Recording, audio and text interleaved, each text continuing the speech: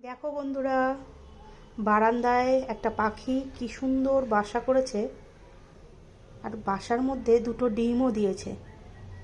তা আমি কদিন ধরে ভাবছিলাম যে একটু ভিডিও করব, কিন্তু আর ভাবছিলাম যে যদি ফোনটা নিয়ে কাছে যাই হয়তো পাখিটা উড়ে পালাবে।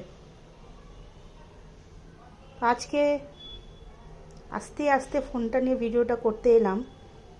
ফোনটা নিয়ে এখন পাখিটার অনেকটা কাছেই চলে এসছে, কিন্তু দেখো উড়ে পালাবে তা কিন্তু নয়, অথচ ভয় পেয়ে কিন্তু আছে। চোখটা দেখো, চোখটা দেখেই বোঝা যাচ্ছে যে ও কতটা ভীত।